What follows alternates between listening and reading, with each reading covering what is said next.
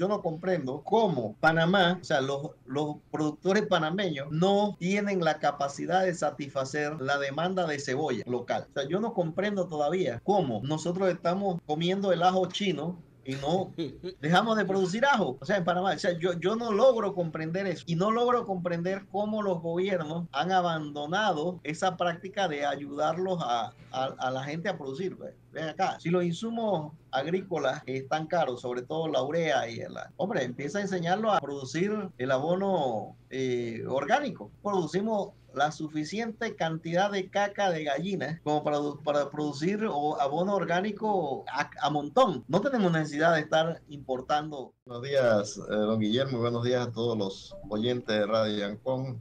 De verdad que sí teníamos unos días Hombre, que fuimos a dejar a nuestra hija en la universidad, instalándola y después con ese, a ver, el cruzar el charco no solamente es el cansón del viaje, sino la forma como te afecta en el organismo, ¿no? El sí, sueño y toda la cuestión. Tú tienes que realmente readaptarte nuevamente para poder estar en firme, ¿no? Y estar en tus cabales, sí, 100%. yo cometí el año pasado el error de ir, venir y venir de una vez a la emisora. Eso fue un error gravísimo, gravísimo, me costó mucho. Pero bueno, no lo vuelvo a hacer. Oye, Gerardo, espero que todo esté bien pues con los tuyos, con tu hija, que haya quedado muy bien allá. Seguro va a ser una gran carrera universitaria y te va a llenar de mucho orgullo. Eh, volvió regresó a la Asamblea Nacional el proyecto de ley del contrato de Minera Panamá. Yo finalmente leí el contrato entero y llegué a la conclusión que podría llegar cualquier no abogado de ese contrato. Tiene que ser abogado para leerlo. Si bien es cierto, hay muchas cosas técnicas, la verdad es que es una redacción muy jurídica eh, que me lleva a pensar que hay demasiado de política detrás de todo esto. Bueno, don Guillermo, yo siempre he planteado una cuestión más allá del, de cualquier otra cuestión que haya detrás en el asunto. Nosotros tenemos que definirnos como si somos un país minero o no somos un país minero. Entonces, esa es una definición que tenemos que tomar. Lo que entiendo es que Panamá tiene una vocación minera. Y la vocación minera se traduce en que aquí hay una cantidad de explotación de yacimiento de piedra continental, que la transforman en arena y también la extracción de piedra de río. Creo que eso se ha minimizado un poco, pero eso ha sido la constante. Y la constante está también en la explotación de arena marítima, al efecto que han causado montones de daños ecológicos y daños también a algunas playas que uno frecuenta y nadie se ha preocupado por eso.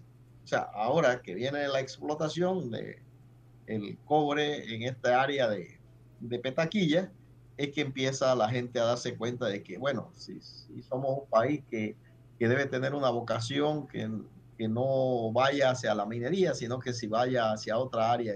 Pero es una decisión que tiene que tomar el pueblo panameño y yo creo que la inmensa mayoría, si no me equivoco, favorece la explotación minera.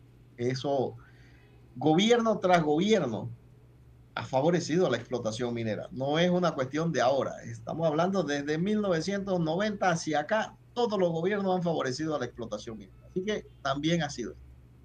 No he visto a nadie que haya salido y haya propuesto algo referente contrario a la minería durante los quinquenios que ha habido elecciones o Así nadie es. ha promovido un proyecto de consulta ciudadana para que digamos si sí o no con el tema de la minería. Así que dicho esto, Panamá tiene una tendencia al tema de la minería. En lo personal, ahora vamos al tema personal. En lo personal, yo estoy de acuerdo con la explotación minera, al igual que estoy de acuerdo con la explotación de cualquier recurso que se nos dé. Es decir, nosotros aquí andamos en carros eléctricos o carros de combustibles fósiles y se compran, pero un montón. Usted ve la cantidad de autos que se venden por mes.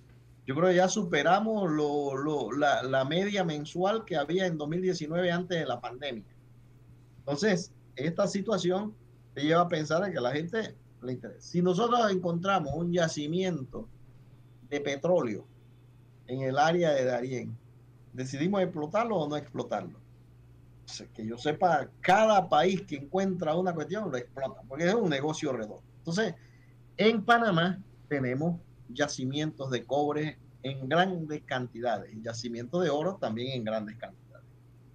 Decidimos explotarlo o no explotarlo. Hasta ahora, nadie ha podido cuantificar cuánto nos da en el turismo ecológico el tema de la no explotación de un área determinada. A ver, ¿cuánto está generando la comarca Nove Buglé o el área que está circundante a Cerro Colorado? Hoy no se está explotando Cerro Colorado. ¿No?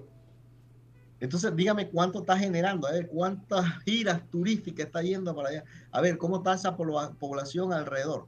Nada. La única forma de reactivar esa economía en toda esa área es haciendo la explotación de un proyecto minero de esta naturaleza. Hombre, yo no estoy en contra de la gente que favorece el tema ecológico. Y yo también favorezco el tema ecológico. Pero el tema ecológico también uno puede tener grandes reservas en otras áreas que no necesariamente son estas donde está una riqueza natural. Nosotros podemos tener las dos cosas. Nosotros tenemos, por ejemplo, yo creo que si se encuentra un yacimiento de cobre en la reserva ya de el Parque Nacional La Amistad, yo creo que ya ahí habría que pensarlo mucho para poder, pero lamentablemente, pues, o graciosamente no hay, la naturaleza no dio eso en ese lugar. Alguien pone de ejemplo que Costa Rica se declaró una moratoria a la minería, pero Costa Rica resulta que no tiene los yacimientos mineros que tenemos los panameños. Entonces tú quieres que nos comparemos a Costa Rica. Costa Rica tiene que inventar otra vaina, pues tiene que inventar el turismo mucho más allá. Nosotros podemos tener el turismo y podemos tener la explotación del cobre y la explotación que genere esta riqueza al país. Ahora bien, con respecto al contrato del minero hoy que tenemos, a ver, si la Corte no hubiese declarado inconstitucional el contrato, las regalías estuvieran en el mínimo que fue lo que tenía el otro contrato, que tengo entendido que son 60 millones de dólares al año. Como lo declaró, la explotación estaba dándose. Lo declaró inconstitucional, entonces la gente dice, no, que necesitamos más, pero en ese momento no había protesta, la gente estaba trabajando y eran 60 millones. Ahora resulta que hay un nuevo contrato, el contrato te eleva de 60 a 375 millones por año como mínimo, y entonces la gente está protestando. O sea, yo coincido con usted que mucho componente político hay detrás de esto. En lo personal, ¿qué pienso sobre el tema de la minería? Yo creo que este contrato es clavo pasado. Se ha logrado lo mejor que se ha logrado hasta ahora, según lo que plantean quienes negociaron. Que pudo ser mejor, perfecto, cierto. Pero bueno, ya hubo un acuerdo y las decisiones que está tomando el actual gobierno son las decisiones que toma el actual gobierno. Frente a esto, va a pasar a la Asamblea. Yo creo que en la Asamblea lo van a aprobar sin mayor dificultad, que va a haber gente que va a estar trancando calle, como ahorita está ocurriendo en la transísmica, y que va a ser, pero va a ser una cuestión también mínima, no creo que vaya a ser mayor fuerza. Así que creo que lo van a pasar. Esto nos lleva a un punto de negociación con los próximos contratos. Porque no solamente, o sea, la aprobación del contrato con Minera Panamá abre las puertas para la negociación de otros contratos de explotación minera. Y, como he dicho nuevamente, la población panameña favorece la explotación minera. No es que, no es que la desfavorezca, la favorece. Y la favorece en el sentido de que no he visto a nadie, salvo algunas manifestaciones de un puñado de personas que están radicalmente en contra y eso lo respeto concretamente. Este contrato entonces da las bases de una mejor negociación con otras. Lo que yo no sé ahora mismo es cuánto genera la minera Petaquilla hoy. O sea, cuánto es, por ejemplo, yo escucho que Guyana encuentra un yacimiento de petróleo que va a generar 600.000 millones de barriles de crudo. Ellos calculan todo eso. Y yo supongo que aquí también tienen unos cálculos. De Claro, hecho, tienen que claro. tenerlo. Pues es Pero que yo no he visto cuánto cobre va a generar la minera en ese yacimiento. Yo no sé exactamente. Para uno ponerse a sacar un cálculo a futuro, ¿no? Ese es uno. ¿Cuánto? Bueno, vamos a hacer el cálculo. Ya con esta, como dije, esclavo pasado. Vamos a ir a la minera de Cerro Quema. Pues. Hay mucha gente que se opone, hay otros que no. O sea, hay gente trabajando allí. No es sí, que eso iba a decirte. Ahí hay gente. o sea, y hay gente trabajando. Vamos a ver Ilegal. cuánto va a generar Cerro Quema, pues. En O sea, Cerro Quema hay cuánto es el gente. yacimiento, dígame cuánto es y la cuestión cuánto me va a tocar y cuánto es. Vamos a empezar a negociar de verdad. Claro. A ver, el yacimiento de Cerro Colorado, que dicen que es uno de los más grandes del mundo. ¿Cuánto va a generar? ¿Qué es lo que va a hacer? Empecemos a hacer Claro. proyectos en grande, de Y verdad. tú dices, mira, ¿qué poblaciones viven ahí? 6, 9, 10, 15. Ok. Esas 15 poblaciones, tú le vas a pagar la luz, le vas a hacer la carretera, le vas a poner unas escuelas a todo meter. Y la gente que va a trabajar en ese lugar, todas las poblaciones, quiero que todos los que están en esas poblaciones cercanas trabajen ahí. Cuando todos los que están por aquí estén empleados, entonces tú me traes gente de afuera. Mire, lo que entiendo, por ejemplo, con que está haciendo minera Panamá, alrededor de la gente que empezó a comprarle el producto a Es la que, gente que está en el área, es pues que a no eso me trabajan en la refiero. cocina. No es que trabajen en la mina, es que trabajen para la mina. Entonces, pero el problema que encontraron es que esa gente no estaba organizada, es decir, uno sembraba 10 10 10 10 matitas de tomate o 100 matitas de tomate y producía y iba allá a vender. Entonces viene el minero y dice, aquí hay un problema, yo necesito tanta cantidad de tomate por semana, necesito tanta cantidad de pimiento por semana, tanta cantidad de culantro, tanta cantidad de cada uno de los productos, yo se los compro, incluso el café, yo lo necesito de aquí mismo, usted, ¿cuánto me produce? Entonces, como no había gente en ese sentido, empezó a organizarlo. Organizó gente que produce café, gente que produce este tipo de legumbres, gente que produce culantro, gente que produce. Aparentemente ya esa gente está muy organizada y está generando pues la alimentación de toda esa área. Incluso están, no sé si también con el tema de las gallinas, con el tema de los cerdos, el ganado, todo esto también lo está produciendo. Pero lo que yo tengo entendido es que llegó un momento en donde lo que producen culantro empezaron a sembrar y bueno, satisfacían la necesidad de la minera. Pero dice, ven acá, podemos hacer algo más. Y viene, dice minera, viene y agarró con esos contactos, esas relaciones grandes, dice, bueno, vamos a hacer algo. Y empezaron a tener contacto y pusieron, llevaron a la gente de Nestlé allá al área de Coclecito, pues de esa área de donde está cerca circundante a la empresa, y viene y dice, bueno, pues, ustedes quieren vender culantro, nosotros queremos comprar culantro. Y empezaron y olieron la calidad y pusieron, la calidad del culantro era súper buena. Entonces viene y dice que el, el, el hombre, el tipo le dice, bueno, pues listo, vamos a hacer un contrato. Necesito 600 libras de culantro a la semana. El tipo dice, casi se cae de nalga, porque tú sabes lo que pesa una hojita de culantro.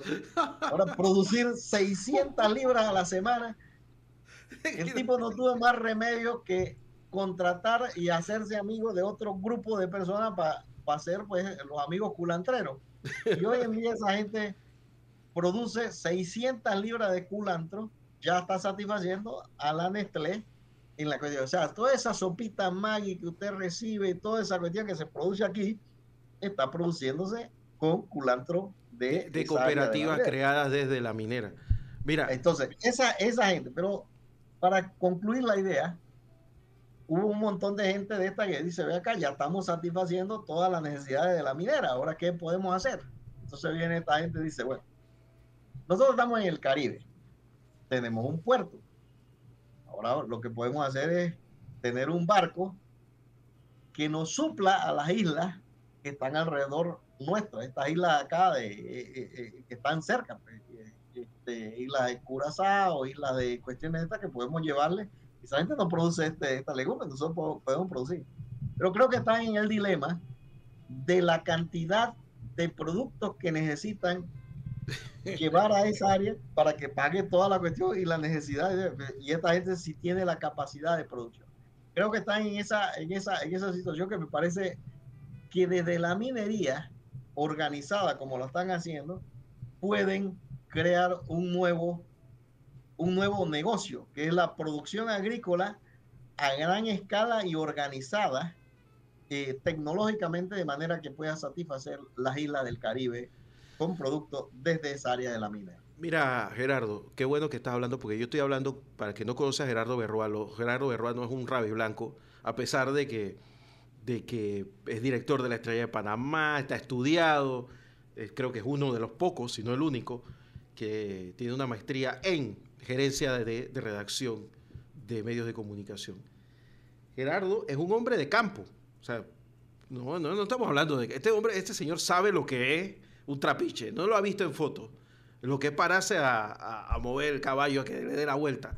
Entonces, los citadinos como yo, que hemos visitado esas regiones, siempre me preguntamos cómo hace esta gente todos los días. Entonces, por eso es que yo cuando escucho a la gente aquí hablar con tanta liviandad, de bueno, que consigan trabajo como puedan, que los voten.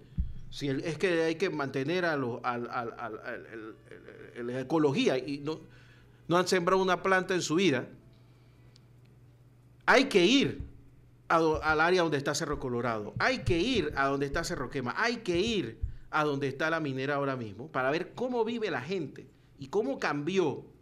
Es que tú nada más tienes que buscar lo que hacían en Coclecito en la época de Omar Torrijos. Búscalo, búscalo.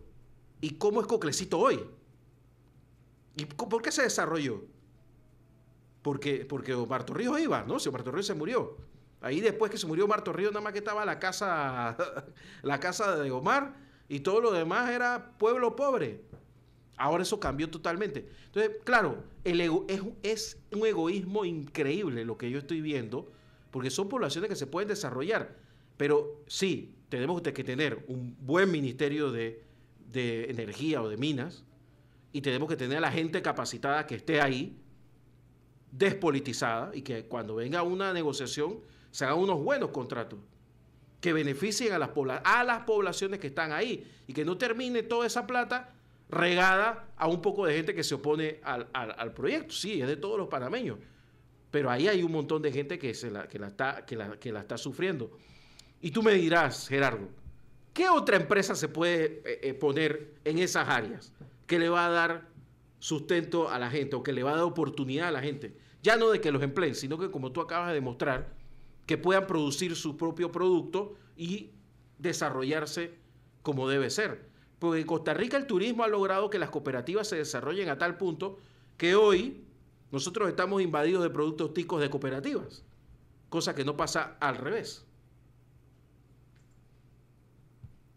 Sí, es una situación que, a ver, yo siempre creo que nosotros hemos vivido del transitismo, es decir, alrededor del canal, y es muy fácil todo alrededor del canal y empiezan a, a plantearse que acá, pues, o sea, todo lo tenemos aquí, la economía del transitismo.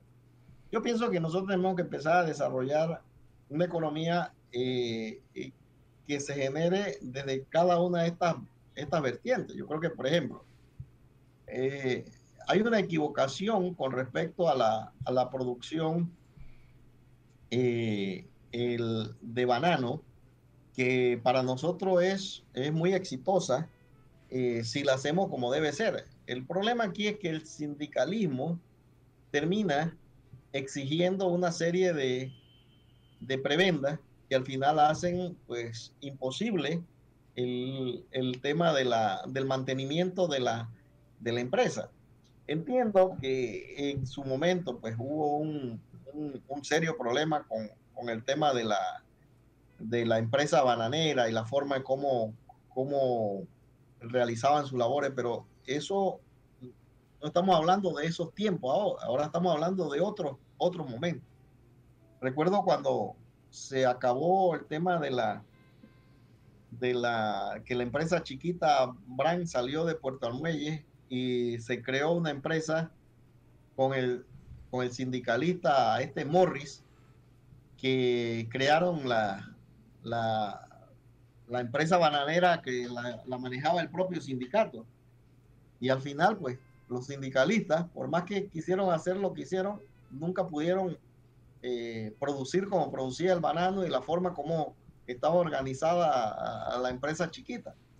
Hubo entonces que darle, hacer una nueva concesión con la empresa Banana Piña, que creo que es el Grupo del Monte, que está produciendo piña. Pero creo que estas áreas hay que volverlas a reactivar. Creo que es una equivocación de los sindicatos estar haciendo lo que están haciendo en Bocas del Toro, que va a terminar pues yéndose la empresa bananera de ese lugar. Eh, Creo que la sociedad panameña, sobre todo esa gente del campo, esa gente que es donde uno, como usted dice, que yo vengo yo realmente sí vengo del campo, vengo de tomar vino de palma y chicha de maíz nacido.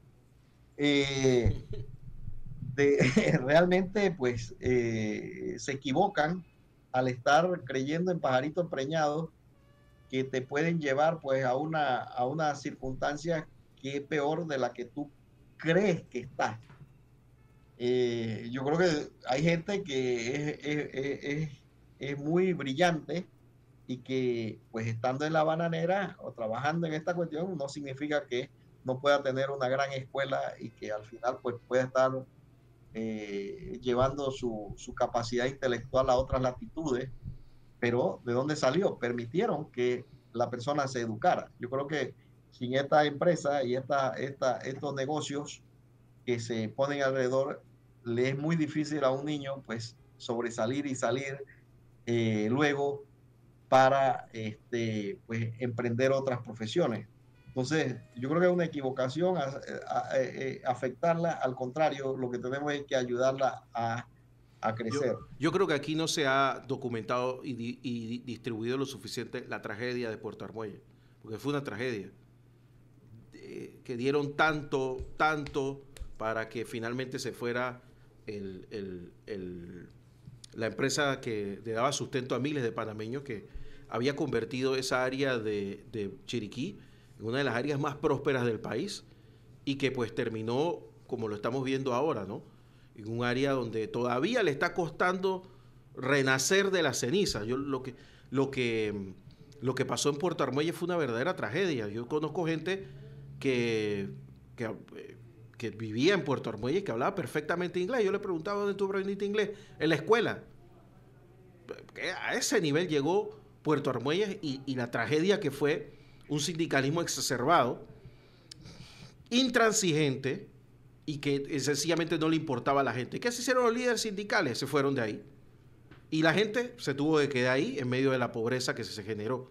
Entonces, yo creo que eso no se ha documentado lo suficiente, Gerardo, y eso sería un ejemplo de cómo planteamientos políticos equivocados asesinan las esperanzas de los pueblos a veces.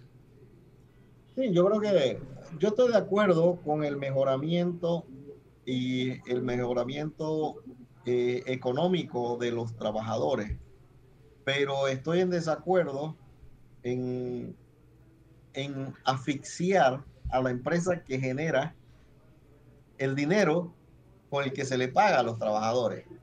¿Sí? Yo creo que eso no es lo más correcto, por ejemplo, yo creo que sí nosotros tenemos que empezar a, a educar un poco más desde estas tribunas como la radio, eh, para que la gente empiece a, a producir mejor y hacer las cosas como es. Por ejemplo, yo no comprendo cómo Panamá, o sea, los productores panameños no tienen la capacidad de satisfacer la demanda de cebolla local. O sea, yo no comprendo todavía cómo nosotros estamos comiendo el ajo chino y no dejamos de producir ajo. O sea, en Panamá, o sea, yo no logro comprender eso. ¿Ve? Y no logro comprender cómo los gobiernos han abandonado esa práctica de ayudarlos a la gente a producir.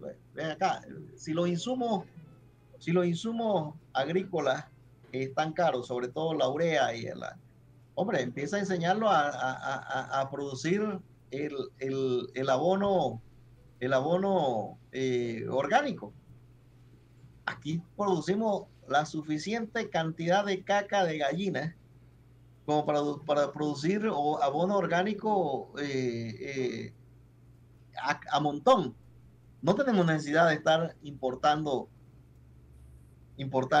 este producto a esos precios abusivos que también los gobiernos han permitido con esos monopolios y oligopolios que tenemos. Entonces yo creo que hay que tener la voluntad de tanto productores como gobierno de hacer las cosas como deben ser. Yo no comprendo todavía por qué no satisfacemos la demanda de arroz en Panamá. O sea, yo creo que hubo un momento en que se hacía, pero en este instante no se está haciendo. Algo está frenando y tenemos que hacer algo para hacer cambiar esto, mi amigo Guillermo. Gerardo, te agradezco mucho, te manda saludos de Chiriquí, te felicitan por el planteamiento de hoy, que están de acuerdo contigo, dicen que es importante hablar del campo y del desarrollo de él mismo. Te mando un gran abrazo, Gerardo, y nos vemos la otra semana. Un gran abrazo. Sí, hay que evitar que la gente del campo llegue a la ciudad. Yo creo que el que viene a estar. No hay una cuestión más deliciosa que vivir en el campo. Si yo tuviera que nacer nuevamente en mi vida, desearía nuevamente en el campo, porque soy un cimarrón libre como el viento. Yo estoy haciendo todo lo posible para irme de aquí lo más pronto posible para volver a irme al interior. Don Gerardo Berroalo, gracias por estar con nosotros. Cuídate y nos hablamos la otra semana. Nos hablamos la otra semana. Encantado de estar aquí contigo. Hasta luego. Era el director de La Estrella de Panamá, el escritor y periodista Gerardo Berroalo, con nosotros aquí en Radio Ancon. Vamos a la pausa, que ya veo a Gaby García, para irnos con Gaby Hábitos en la mañana.